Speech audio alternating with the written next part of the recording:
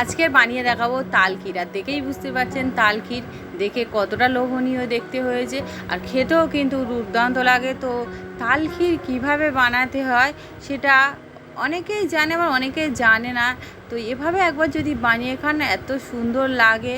হয়তো অনেকে, হয়তো কেন বেশিরভাগ মানুষ এটা কি বলবো, জন্মাষ্টমীতে তো বানায়। তো এখন তালের সিজন প্রায় শেষ, কিন্তু তবুও এই রেসিপিটা আমি দিলাম। তো অনেকেই পরেও বানায়। তো কিভাবে বানাচ্ছি দেখুন। প্রথমে গ্যাসের উপরে একটা সসপ্যানে আমি দুধ দিয়ে দেবো, কিন্তু এখনও গ্যাসটা অন করিনি। এখানে আমি 300 ml দুধ দিয়েছি, আমি অল্প করে বানিয়ে দেখাবো। এবার ওর মধ্যে তালের পাল্প দিয়ে দেবো, তালের পাল্প পরিমাণ মতো দিয়ে দিলাম। তো তালের পাল্পটা এখানে আমি হাফ বাটি মতো দিয়ে দিলাম আন্দাজ করে।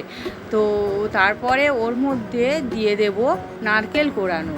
তো কোড়ানো নারকেলটা আমি মোটামুটি 2 মুঠো মতো প্রায় দিয়ে দেব। তো 2 মুঠো মতো দেওয়ার পরে কি করব, আমি একটা চামচের সাহায্যে ভালো করে আগে ফেটিয়ে নেব তালের পাল্প নারকেল, যাতে দুধের সঙ্গে ভালো করে মিশিয়ে যায়। তো এখনও কিন্তু আমি গ্যাসটা অন করে নিই। তো এবার আমি ভালো করে মিশিয়ে নেওয়া মোটামুটি হয়ে গেছে। এবার আমি গ্যাসটা অন করে দিয়েছি। এবার কি করব, আমি এইভাবে চামচের সাহায্যে মিশিয়ে নিতে থাকবো। এবার আমি সামান্য একটুখানি লবণ দিয়ে দেবো, যেহেতু মিষ্টি জিনিস একটু লবণ দিলে ভালো হবে। আর একটুখানি এলাচ গুঁড়ো, ছোটো এলাচের গুঁড়ো দিয়ে দিলাম। 2-3টে গুঁড়ো করে নিয়ে দিয়ে দিলাম, সেন্টটা খুব সুন্দর আসবে আর খেতেও ভালো লাগবে। এবার মিষ্টিটা বুঝেই দিয়ে দেবেন, চিনি দিয়ে দিলাম এখানে।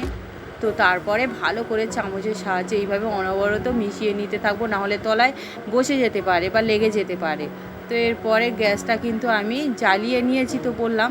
তো এবার গ্যাসের আঁচটা কিন্তু আমি মিডিয়াম টু লোতে রাখবো, রেখে আমি এটা বানাতে থাকবো। এটা আস্তে আস্তে মোটামুটি যখন এইভাবে মিশিয়ে নিতে থাকবো বারবার। আর আরও একটুখানি চামচখানেক মতো দিয়ে দিলাম তালের পাল্প আমি, তো দিয়ে মিশিয়ে নিলাম। তো এবার অনবরত এইভাবে কিন্তু আমি মিশিয়ে আস্তে আস্তে এটা যতক্ষণ না ঘন হয়ে আসে ততক্ষণ পর্যন্ত এটা আমি বানিয়ে নিতে থাকবো এইভাবে। তো দেখেই বুঝতে পারছি অনেকটা ঘন হয়ে এসছে, আর একটুখানি ঘন হলেই কিন্তু আমার তালের ক্ষীর রেডি হয়ে যাবে।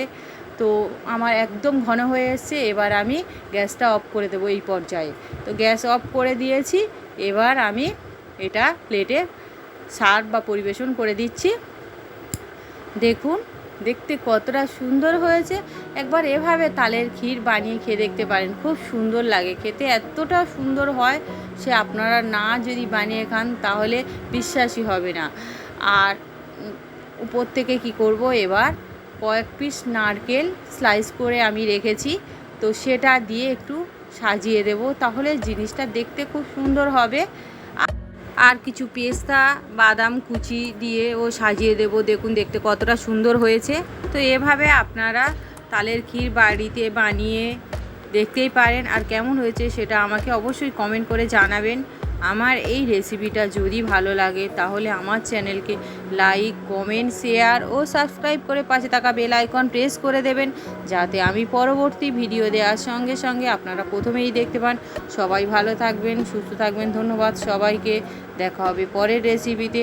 আর অবশ্যই করে একবার হলেও তাল শেষ হওয়ার আগে অন্তত তাল ক্ষীর একবার বানিয়ে খেয়ে